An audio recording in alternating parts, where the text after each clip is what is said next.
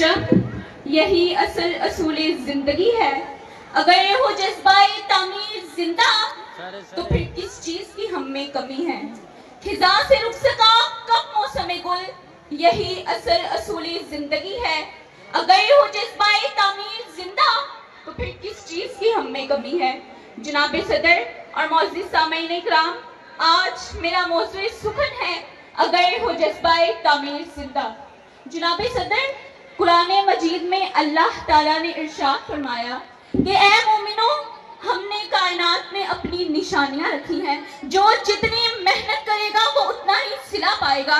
इसीलिए मेरा ये ईमान है कि जब तक इंसान खुद मेहनत और जज्बे से काम नहीं करता तब तक खुदा भी उसका साथ नहीं देता, क्योंकि खुदा ने आज तक उस कौम की हालत नहीं बदली, ना हो जिस कौम को ख्याल अपनी हालत खुद बदलने का।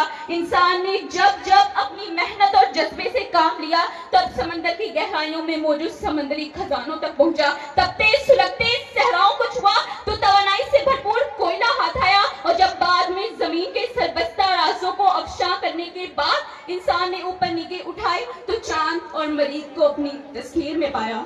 जनाब सदर, अगर आज मुझसे ये पूछा जाए कि हयात इंसानी में सबसे बड़ी हकीकत क्या है, तो मेरा ये जवाब होगा कि ये हकीकत जिद्दोजहद है, क्योंकि मेरा ये मकसद है कि अगर इंसान ने अपने अंदर मौजूद खुदी के जज्बे को पहचान लिया तो वो दिन दूर नहीं जब हम कीमती खजानों से लबरेज होंगे, बल्कि कामयाबी का ताज हमारे ही सर सजेगा। क्योंकि अगर जज्बाए तामीर जिंदा हो तो कोई भी रुकावट हमें तरक्की की राहों पर गामजन होने से नहीं रोक सकती, क्योंकि तारीख गवाह है कि आज तक उन्हीं कौमों ने तरक्की की मनाजिल तय की जिनके अफराद में तरक्की करने का जज्बा और जुनून मौजूद था। अगर आज हम बात करें मलेशिया के वजीर आजम की, तो हमें मालूम होगा कि 10 बहन भाइयों में सबसे छोटी महादीर का एक छोटी सी झोपड़ी में जन्म हुआ।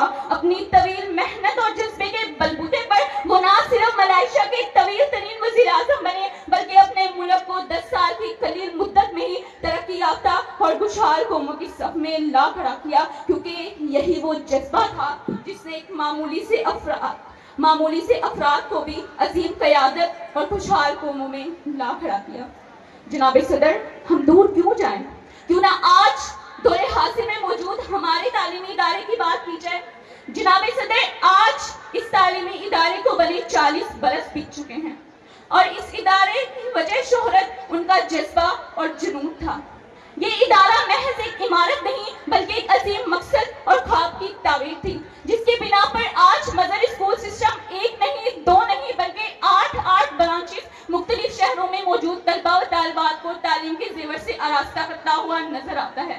और बेशक यहाँ की नींद का जज्बा काबिल दीद और काबिल तहसीन है, क्योंकि हालात जितने भी अबतर क्यों ना थे, वसाइल कितने भी महदूद क्यों ना थे, दहशत व वहशत का दौर कितना ही तवील क्यों ना था, लेकिन इस सिस्टम की टीम ने के जज्बे ने साबित किया कि मेहनत करने वालों को वक्त का फिरौन झुका नहीं सकता, वक्त का यजीद उसे डरा नहीं सकता, और वक्त का कारून उसे खरीद नहीं सकता। झपटना पलटना, पलट कर झपटना लहू गरम रखने का है एक बहाना। जनाब सदर, अगर हो जज्बाए तामीर जिंदा तो फिर किस चीज की हम में कमी है। इस सवाल ने मुझे सोचने पर मजबूर किया कि अगर हमारे अंदर तरक्की करने का जज्बा और बुलंद इरादे मौजूद है तो क्यों हम तरक्की याफ्ता कौमों से पीछे हैं। हमारे मसाइल हल क्यों नहीं हो पाते, क्यों हम वो मकाम हासिल ना कर पाए जो हमारी सलाहियतों के मुताबिक होना चाहिए था।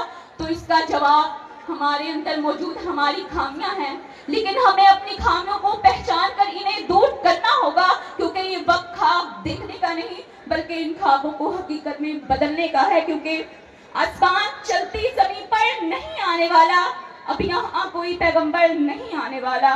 प्यास कहती है चलो रेत नचोड़ी जाए, हमारे हिस्से में अब समंदर नहीं आने वाला।